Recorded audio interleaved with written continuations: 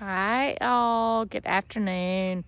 It is May the 7th, and today is the day, hopefully, that you will get your full garden tour.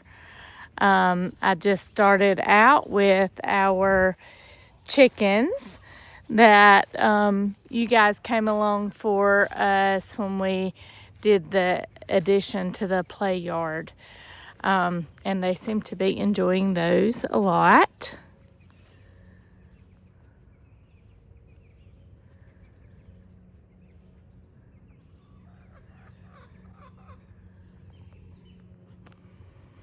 So that's the chickadees play yard. And then next up is the order of business for today, which is our garden tour. And I kind of started a tour and then some things happened naturally.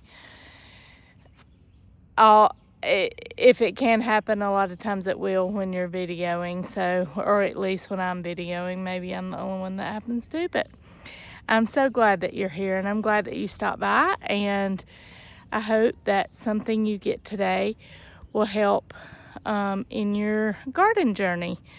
So we're just going to talk about what we have and why we planted the way we did. It's working for us. Some of it is, some of it is not. And I plan as we go forward to be really honest with you about what has worked and what has not.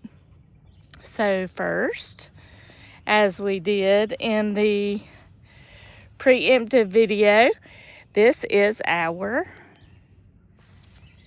mini sweet potato bed. And this is the Centennial sweet potatoes. As you can see, they are a vine tomato, but these are not running as strong as a lot of sweet potatoes that I have grown in the past. But we did not want to put them in the ground because we knew, as some of you may or may not know, when you plant sweet potatoes, they often come back and they run all over the place everywhere, and we were just trying to contain them. So this is the first year in about 4 that we've planted sweet potatoes. So this is our mini sweet potato bed that was just thrown together in a matter of about 20 minutes. Anthony outside is really good at my projects, and he does such a fantastic job. And he's always willing to do whatever I need done. So that's the sweet potatoes. And I'm going to, in lieu of sweet potatoes, go ahead and move you over. So on the eastern end of our garden, it's really not super sunny. It does get some sun, but it also gets some shade. And this is a pile of rocks that when we went to get it, we thought was mulch. We didn't have the heart. We had driven a long way and we didn't really have the heart not to do it. So it's kind of an experiment. I had some extra sweet potato slips and I put them in this mound of rocks and dirt and mulch, and it's just an experiment to see how it goes. So I just went around the pile and planted those. Then the other sweet potatoes that we have are a variety of different kinds. So we have some Centennial, some purple, some white sweet potatoes in this pile of mulch. And then, so basically you can see here, I just put 2 handfuls of potting mix and then planted the root in that on top of the mulch, and then on top of that I put hay. So we will see how that goes. It's not a super large space. So it's this many plants is probably a bit cramped there, but it too will be an experiment. So I will let you know how that goes when we get towards the end of the season, and I will bring you along when we dig up the potatoes. Speaking of potatoes, this is our row mounded of potatoes, and I'm sure you saw that in a previous video when we planted those, and they were like super tall.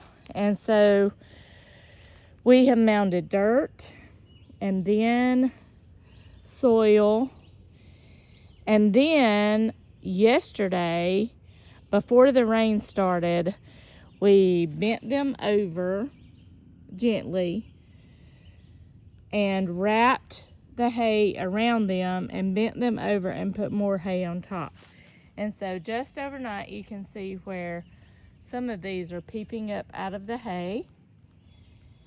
And that will probably, you can see there, that will probably be the last time that we mound the potatoes. This row next to the potatoes here is not a lot of anything. It's actually like a mixture of everything. I planted some things, root seeds, but they did not come up. I planted flowers there. That is a flower.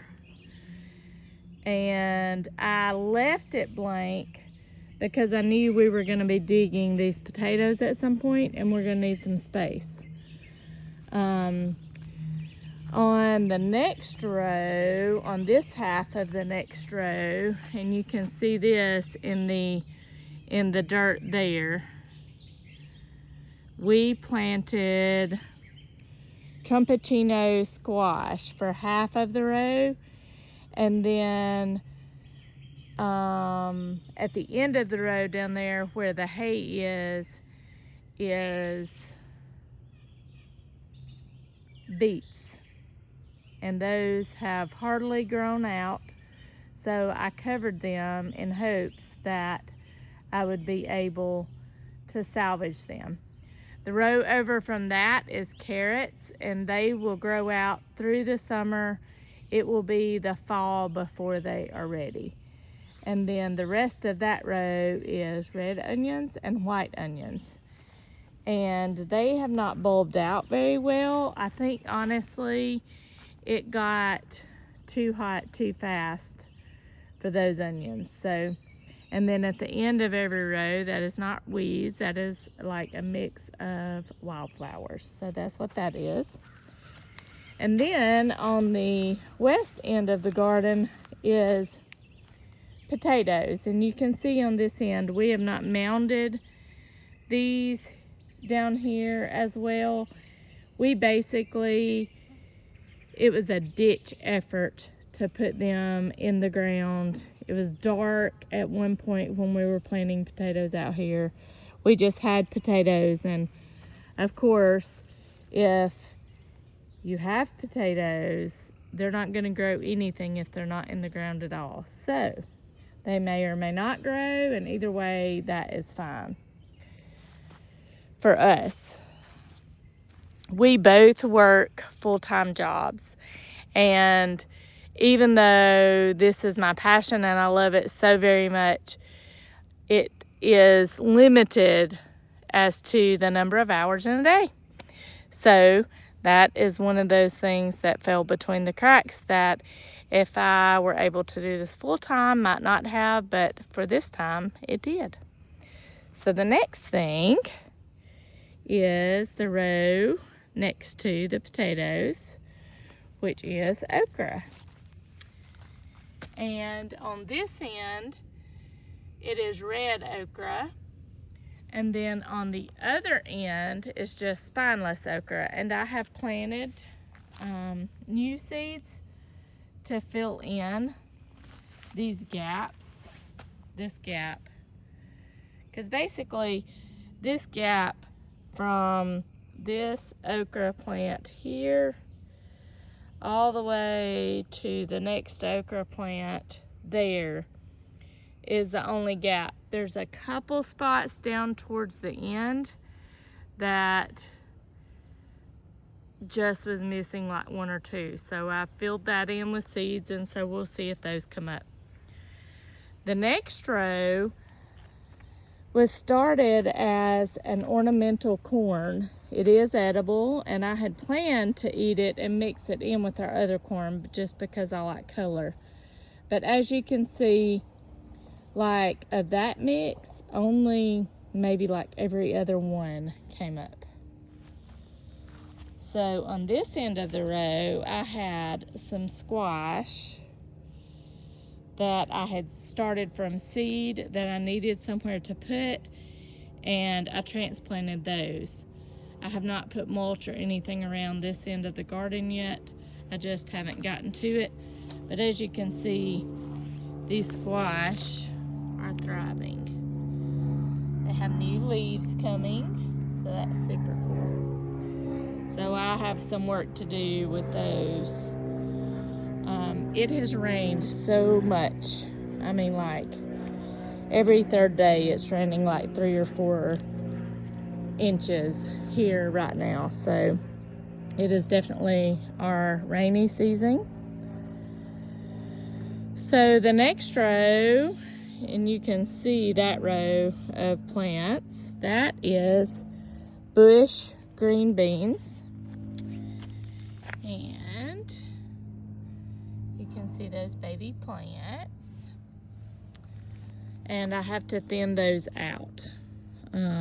So that's on my to-do list also.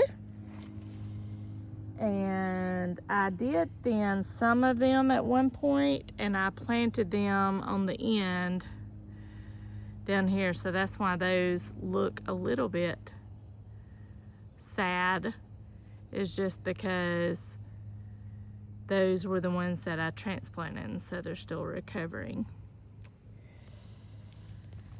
Okay, so the next row is along our fence, and the fence is leaned to that direction on purpose.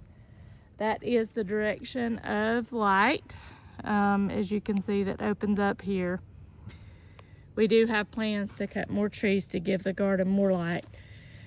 So I had a lot of cucumber seeds, and so I just planted like super thick, and I will thin these out and take some out and possibly transplant some into pots and maybe give those away or whatever. If anyone needs cucumber plants, let me know, because we definitely have plenty. And then on this end of the fence is runner beans, and I definitely need to weed this. I promise I'm not gonna get distracted, but it does need weeded terribly. And you can tell at some point I have planted mint on this end of the garden because it just keeps coming and coming and coming. And I just have to pull it up. That is one of the beans that's coming up in there. So they are doing super well and coming up, and we will direct those up onto the fence. So that will be another video for you. So at the end of the fence, I have planted some of the seeds that I saved just to make sure that they are germinating. And I do that. If I save seeds from anything I've planted, then I make sure that they will germinate before I move on from that. This is cantaloupe,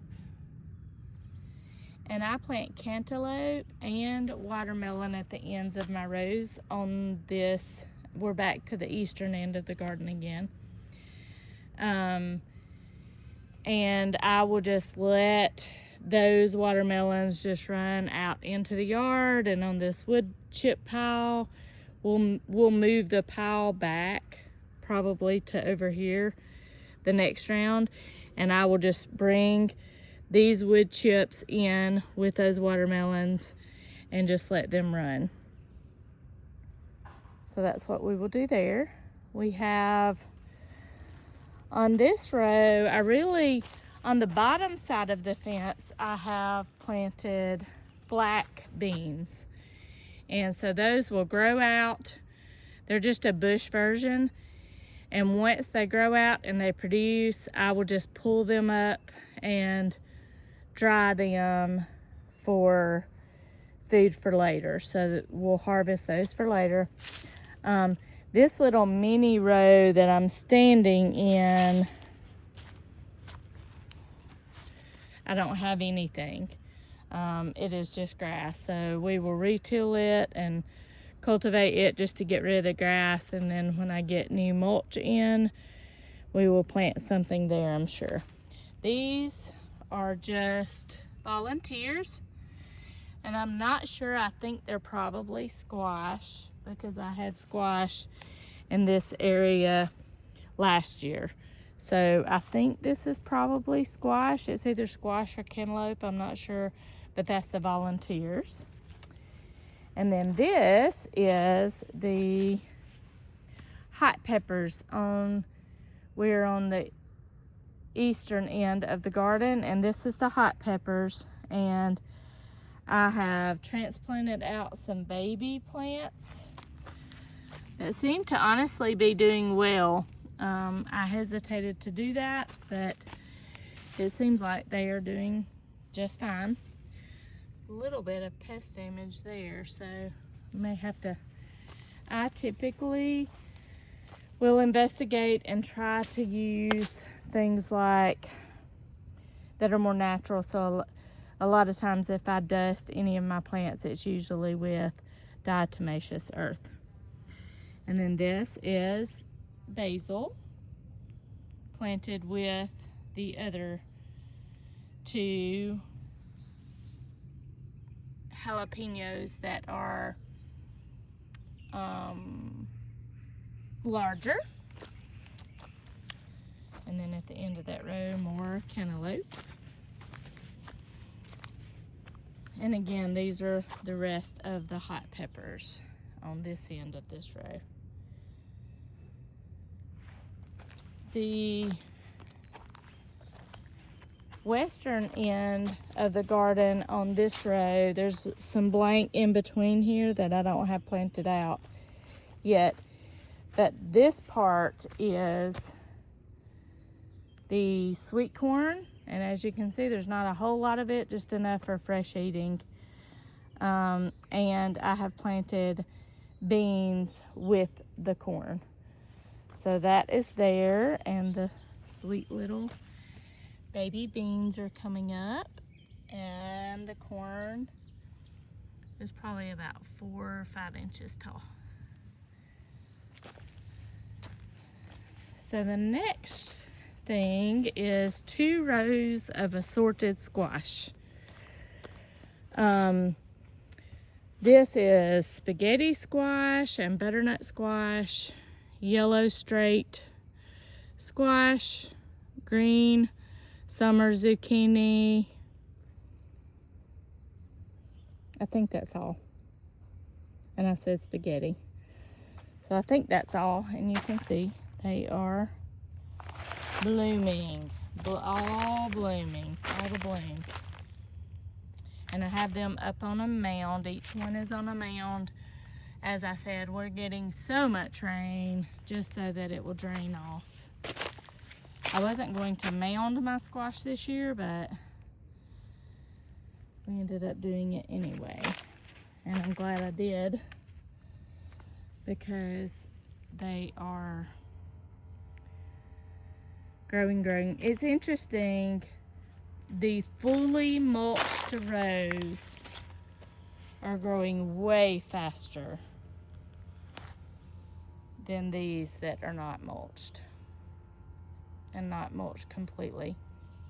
My goal is to put paper down below the mulch and then put the mulch on top, but as you can see, we went ahead and put the paper down, and I haven't gotten the mulch in the garden yet. And as I show you this is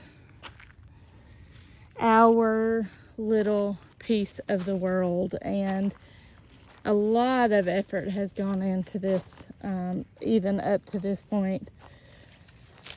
But also, there's a lot that could be done still. So we always have room for improvement and room for more work. So the next row is a mixed row of, what are they? Oh, the Italian Romas and the beefsteak, and no, I don't think beefsteak. I think this row is the Romas and black creme on this one. And then this row is designated for the Romas and sauce and paste tomatoes. And you can see we have all the herbs planted in between. There's basil coming up, and lavender. They're all blooming. So I am not pruning my determinate tomatoes. I have before and I haven't before, and I just feel like that limits the production. So this year of my determinate tomatoes, I am not pruning those, but I am pruning the indeterminate ones. And so this is the English cucumbers. Up high in the garden over there on that fence is pickling cucumbers. This is English cucumbers, really good for slicing, fresh eating, that type thing. And I'm gonna run those up this. This design was intended for string, and I ended up not using it for that on this end, even though I did use it for some Christmas peas that have beautiful, beautiful red blooms on the other end. So this is the beefsteak tomatoes. So you can see I have pruned the bottoms of these beefsteak, and they just keep growing. Once they get to this height, I am allowing a sucker to grow out so that we can have more production. We'll have 2 strands of production on these. Same thing there. And it worked very well last year. I will let you know how it goes this year.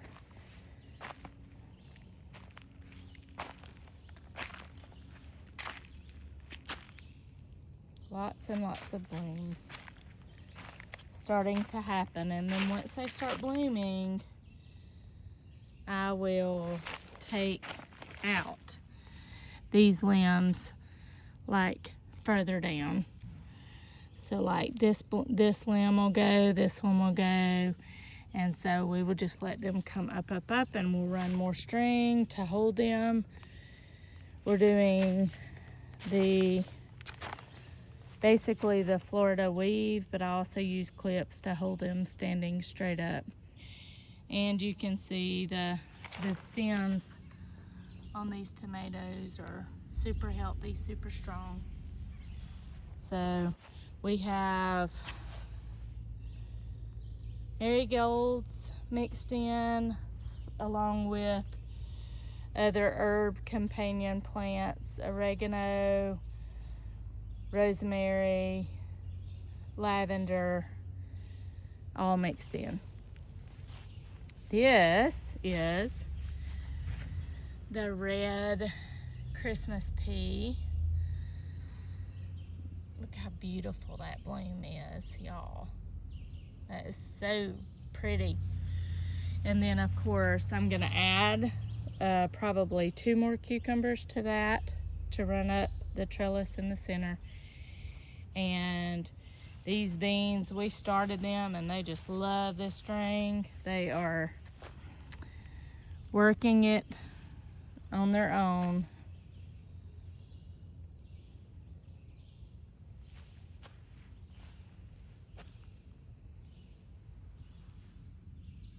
I mean, they're probably, I mean, this one is waist high. It's just growing, growing, growing all the way up the string really well. So I amended the soil so that I would not have to do so much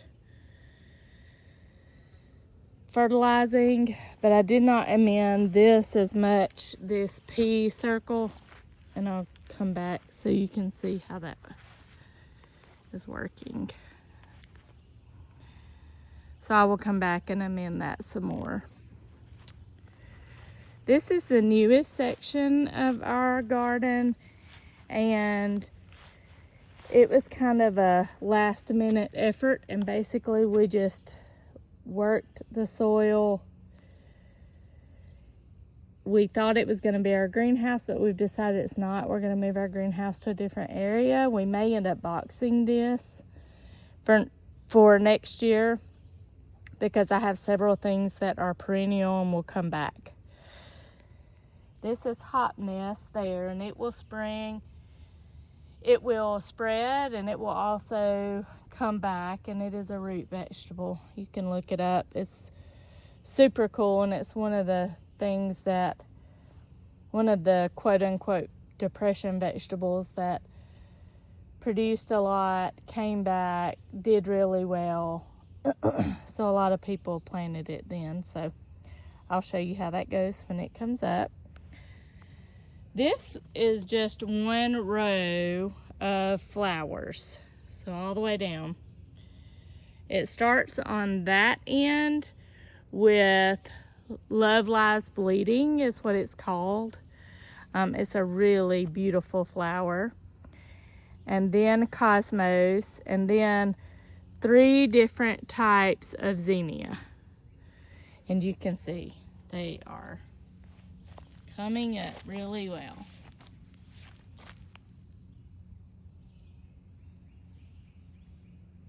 So pretty. So excited. So the next thing over is one section of dill.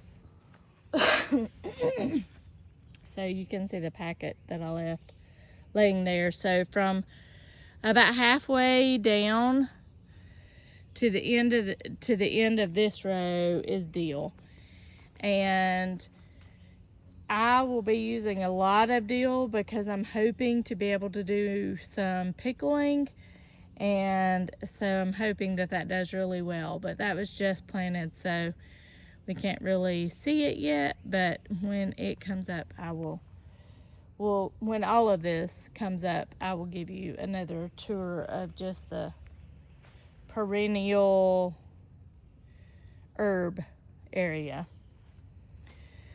This is the alyssum, and you can see the babies. It's coming up, and I planted it kind of, as you can tell, at the end of this because I wanted it to spread and cover and just make pretty flowers. So I just did it mostly for beauty. And then these are dandelion plants, and I hope that they will thrive and spread and seed, and I will be able to have dandelion tea. That's the goal, along with the lavender. So we have a section, 2 full packs of seeds of lavender from about 1/3 of this row, so probably there down to the end.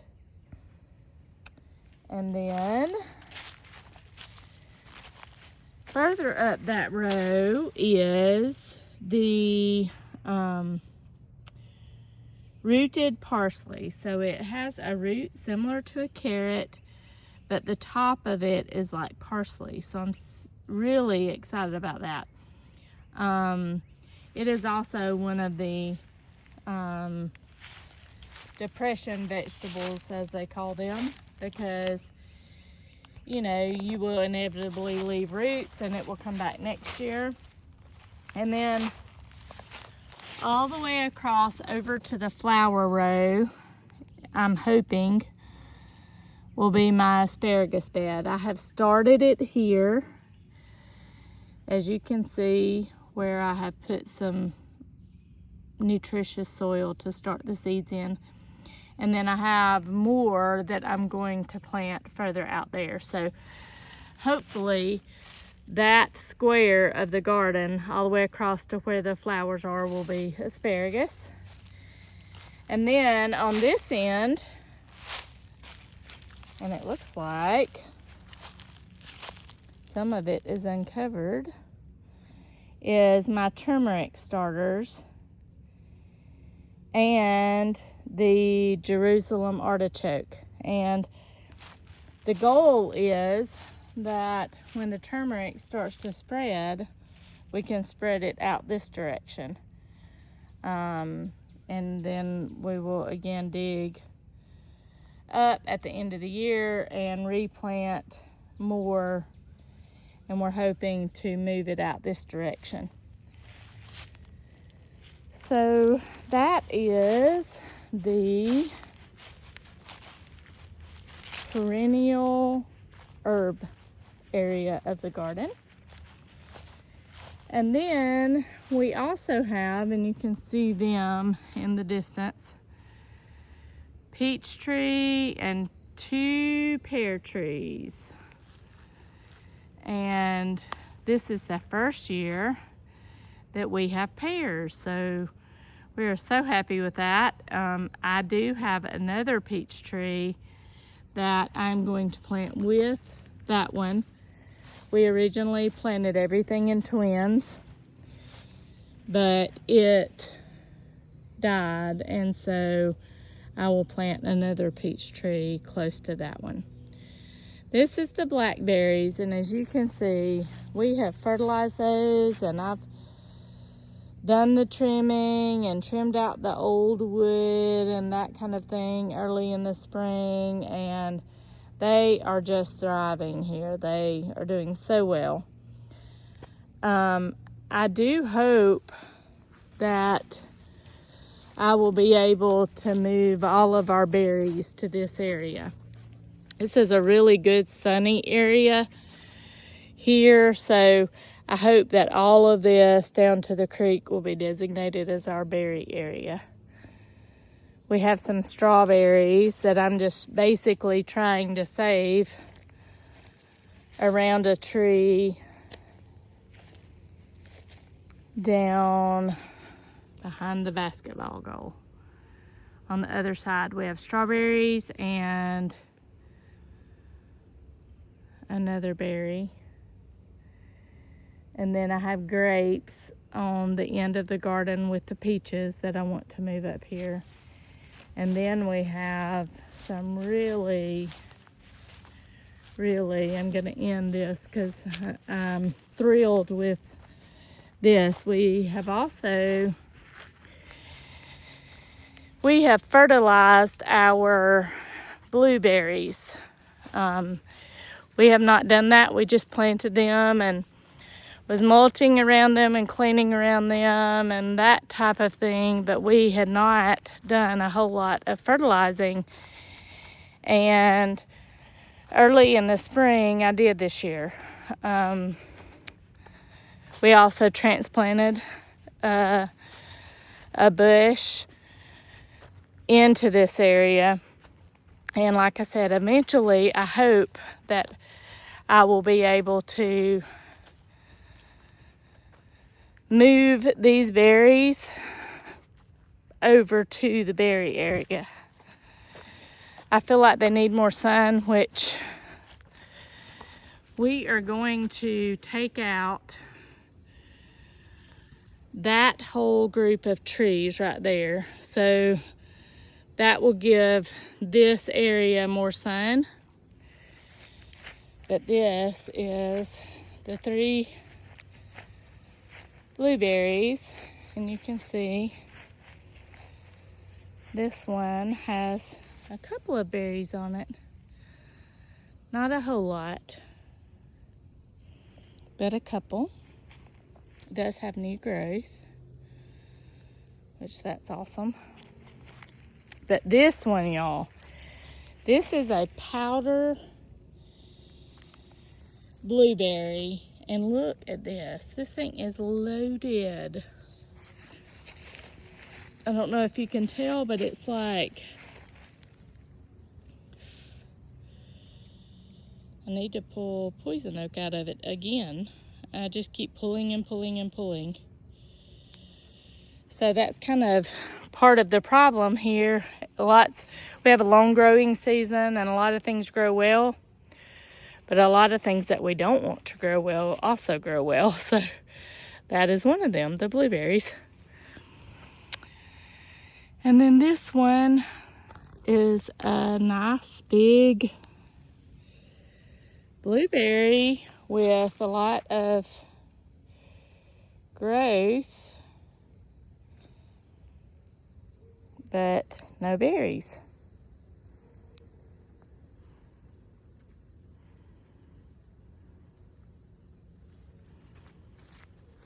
Anybody know what that white glob is?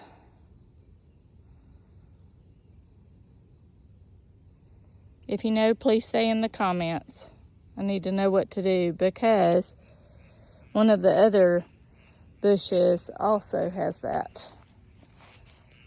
And then this is the one that we transplanted that we're trying to nurture and get to root.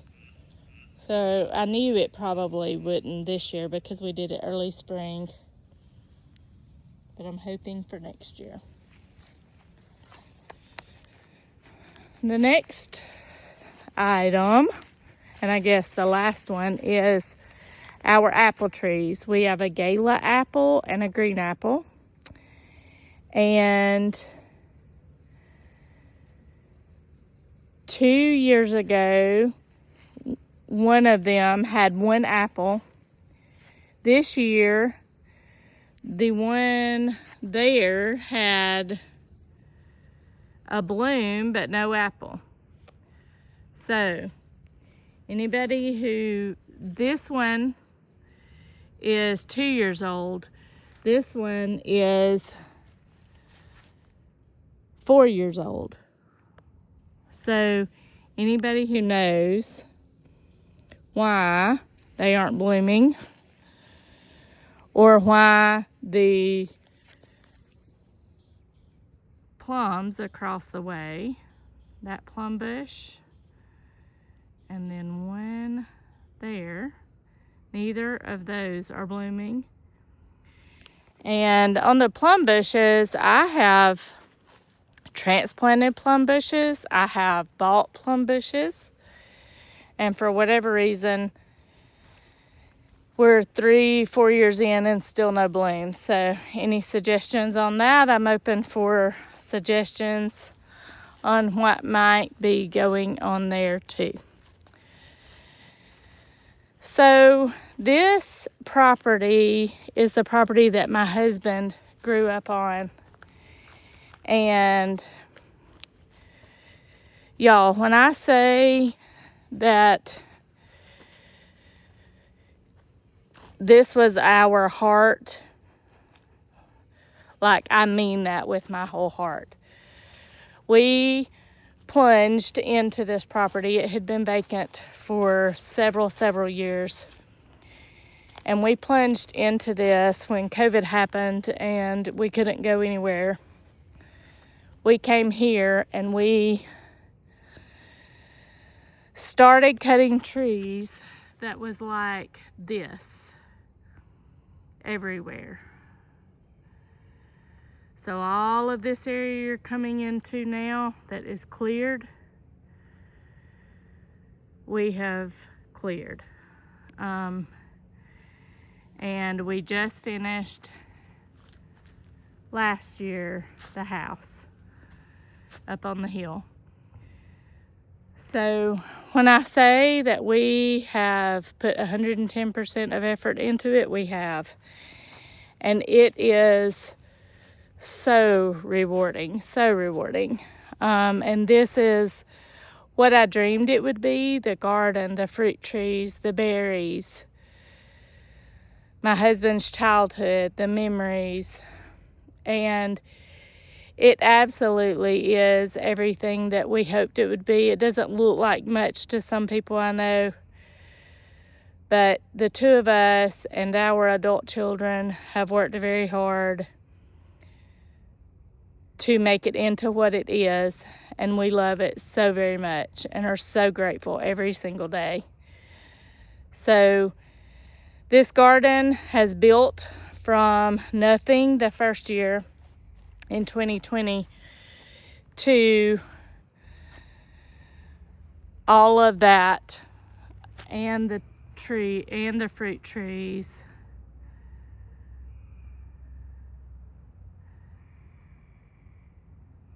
Now in 2025, minus the house in the background. That's other family. So I hope that you have gotten something from this video, and I hope that we will continue to be able to do this and be able to grow it and do all of the things that we've always dreamed of. And I really appreciate you watching this. Please subscribe, like the video, or comment if you have any suggestions on the things that we have talked about. I really, really appreciate anyone's wisdom on any of those. But thank you for stopping by. We really, really do appreciate it. And I hope you have a good afternoon. I certainly plan to.